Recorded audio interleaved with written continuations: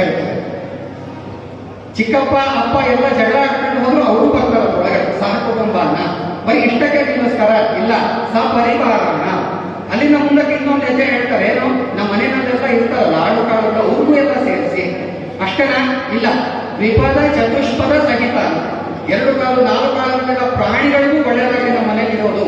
ಯಾಕಂದ್ರೆ ಬೆಕ್ಕು ಬಂದ ಹಾಲಿನ ಪಾತ್ರೆ ಉರುಳಿಸಿರ್ಲಿ, ಆದ್ರೂ ಅದಕ್ಕೂ ಒಳ್ಳೇದಾಗಲಿ ಅಂತ ಹೇಳಿ. ಅಂದ್ರೆ ನಮ್ಮ ಪೂರ್ವಿಕರು ಹಾಕಿಕೊಟ್ಟಂತಹ ಮಾರ್ಗ ಏನು ಅಂತಂದ್ರೆ ಸಮಾಜಮುಖಿಯಾಗಿ ಬದುಕು ಅನ್ನುವಂಥದ್ದೇ. ಯಾಕೆ ಈ ನಿದರ್ಶನವನ್ನ ಇಲ್ಲಿ ಕೊಡ್ತಾ ಇದ್ದೀನಿ ಅಂದ್ರೆ,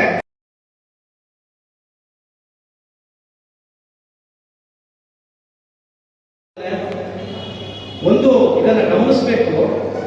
PUC ವಾರ್ಷಿಕ ಪರೀಕ್ಷೆಗೆ ಕೇವಲ 2 ದಿನ ಇರುವಂತಹ ಸಂದರ್ಭದಲ್ಲಿ ಈತನ ತಂದೆಯ ಸಾವಿನ ಬರಸಿನ ಸುದ್ದಿ ಹುಡುಗರಿಗೆ ತಲುಪುತ್ತೆ.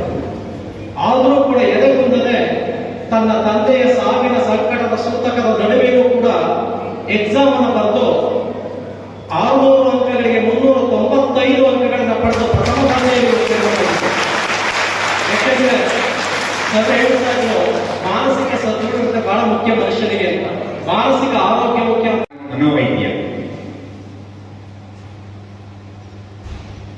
ಮನೋವೈದ್ಯ ಅಂದಾಗ ನಮ್ಮ ಹತ್ರ ಬರ್ತಕ್ಕಂಥ ರೋಗಿಗಳ ಬಗ್ಗೆ ತಿಳ್ಕೊಳ್ತಕ್ಕಂಥದ್ದು, ಅವರ ಸಮಸ್ಯೆಗೆ ಪರಿಹಾರ ಕಂಡುಕೊಳ್ಳೋದಕ್ಕೆ ಸಹಾಯ ಮಾಡತಕ್ಕಂಥ, ಎಲ್ಲರಿಗೂ ಸಹ ಅವರ ಸಮಸ್ಯೆಗಳ ಮಧ್ಯೆ ಅದಕ್ಕೆ ಹೋರಾಟ ಮಾಡ್ತಾ ಮಾಡ್ತಾ ಪರಿಹಾರ ಸಿಗೋ ಹತ್ತಿರಕ್ಕೆ ಹೋಗಿರ್ತಾರೆ, ಅದು ಸಿಗ್ತಿರಲ್ಲ. ಹಾಗಾಗಿ ಆ ಕಸಿವಿಸಿ, ಆ ಬೇಸರ, ಆ ಮನಸ್ಸಲ್ಲಿ ಗೊಂದಲಗಳು ನಿರ್ಮಾಣ ಆಗುತ್ತೆ.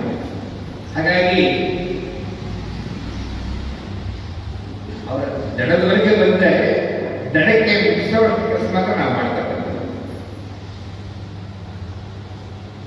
ಆ ಪ್ರಯತ್ನದಲ್ಲಿ ಕೆಲವರಿಗೆ ಔಷಧಿಗಳು ಬೇಕಾಗಬಹುದು, ಹೆಚ್ಚಿನ ಅಂಶದವರಿಗೆ